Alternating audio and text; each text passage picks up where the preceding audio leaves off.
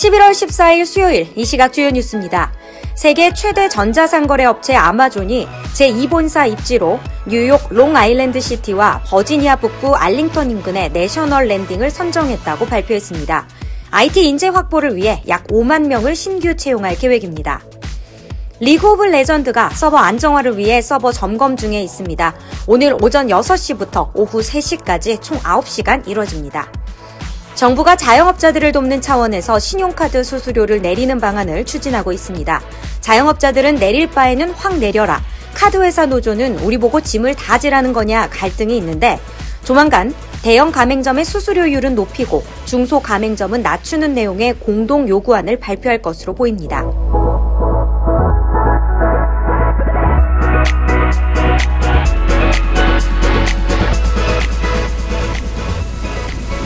네, 여러분 안녕하십니까? 11월 14일 수요일 아침입니다. 오늘도 아주경제 정치경제부 김태균 부장님과 함께하겠습니다. 부장님 안녕하세요. 네, 안녕하세요. 오늘 수요일입니다. 네, 오늘 맞습니다. 아주경제 일면의 톱 기사 어떤 기사를 좀 뽑아보셨나요? 미국의 그 3대 신용평가사 중에 하나죠. 그 모디스가 네네. 한국 경제에 대해서 전망을 좀 내놨는데요. 네. 모디스의 그 정부 신용평가 담당 이사입니다. 네네. 네, 구주만 이사인데요. 이분이 뭐라고 표현을 하셨냐면 한국 경제의 단기 변수는 바로 그 지정학적인 그 남북 관계에 따른 지정학적인 문제, 그리고 장기 변수로는 그 인구 고령화를 지적한 내용입니다. 그래서 그 실제로 어제 그 행사가 열렸는데요. 뭐 2019년 한국 경제 전망이라는 행사에서 발표한 내용인데요.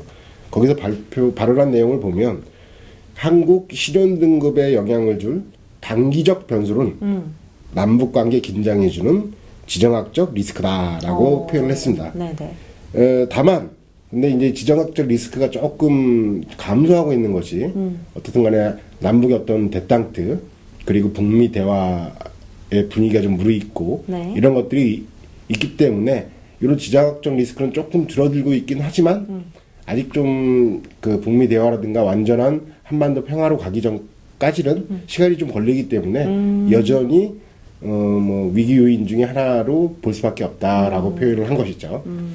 근데 가장 크게 이제 이분이 좀 제기한 것이 역시 고령화에 따른 문제를 네. 좀 들었는데요. 전 세계적으로 거의 심각한 문제 아닌가요, 사실? 다 심각하죠. 그럼에도 불구하고 우리나라의 고령화 속도가 전 세계 다른 나라에 비해서 훨씬 빠릅니다. 이것이 가장 큰 그러니까 초고령화 사회가 벌써 진입되고 있다라는 얘기들이 좀 나오고 있는데 네. 바로 이런 고령화에 따라서 정부의 재정 여력이 줄어든다는 것이죠. 그래서 이런 부분에 대해서 좀 정부가 좀 장기적인 대안을 내놓지 않으면 네. 정말 이건 한국 경제에 굉장히 큰 위험 요소다라고 볼 수가 좀 있겠습니다. 그럴 것 같아요. 우리 국민연금에 대해서도 되게 말 많았잖아요. 네. 이와 연관된 것 같은데, 근데 이 한국의 경제 정책 관련해서는 별다른 말이 없었던 것 같아요. 네, 조금 있긴 있었는데요. 지금 뭐 정치권이나 이런 쪽에서 논란이 되는 것만큼 한국 경제의 근본, 위기의 근본이 뭐 정부가 진행하고 있는 뭐 소득주도 성장에 의한 것이다라는 것은 아니다라는 거죠. 사실 근데 이 소득주도 성장이라고 한다면 그 OECD나 그 ILO 국제노동기구죠. ILO 그리고 국제통화기금 IMF조차도 네네. 이 소득주도 성장론을 옹호하고 있는 찬성하고 있는 입장이거든요.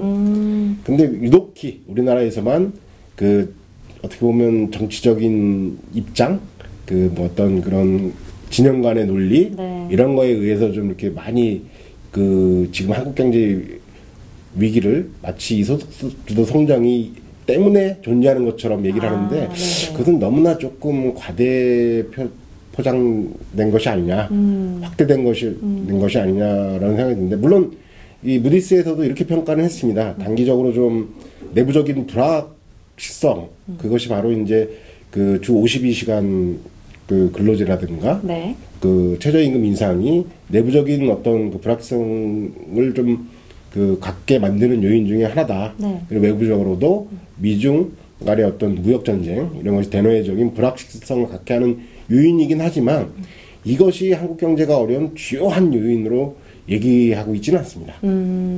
그런데 시청자분들이 궁금해하실 것 같아요. 왜 이 미국의 신용평가가 중요한 건가요? 네, 전 세계 그 신용평가사라고 하면 다 미국에 있죠. 네.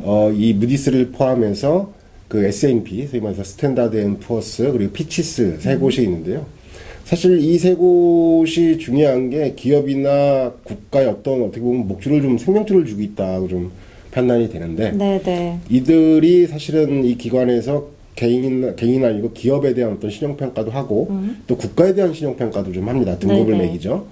실제로 그 1997년 한국의 외환위기를 좀 기억하실지 모르겠는데요. 네, 심각했죠 그때. 네, 그때 경제적으로 굉장히 어려움도 있었지만 결정적으로 우리가 구제금융 IMF의 구제정을 받을 수밖에 없었던 이유가 네. 당시에 무디스가 한국의 신용등급을 무려 4번이나 4차례나 격하 시킨 것이 굉장히 큰 타격이 된 것이죠.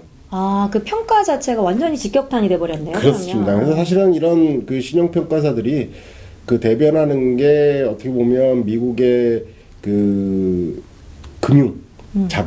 자본을 좀 대변하기 때문에 그런 면에서 좀 말들은 많지만 여러 가지 뭐 얘기 논란도 많이 있지만 어떻든 간에 현실적으로는 전 세계 국가나 기업에 여러 가지 막대한 영향을 미치고 있는 건 사실입니다. 97년도 외환위기 말씀을 하시니까 당시에 친구 이제 아버님들 굉장히 많은 분들이 그렇죠. 예, 직장을 잃으셨던 기억이 다시금 되살아나는데 두 번 다시 이런 위기가 와서는 안 될 것 같습니다. 네, 오늘도 좋은 말씀 고맙습니다. 네, 감사합니다.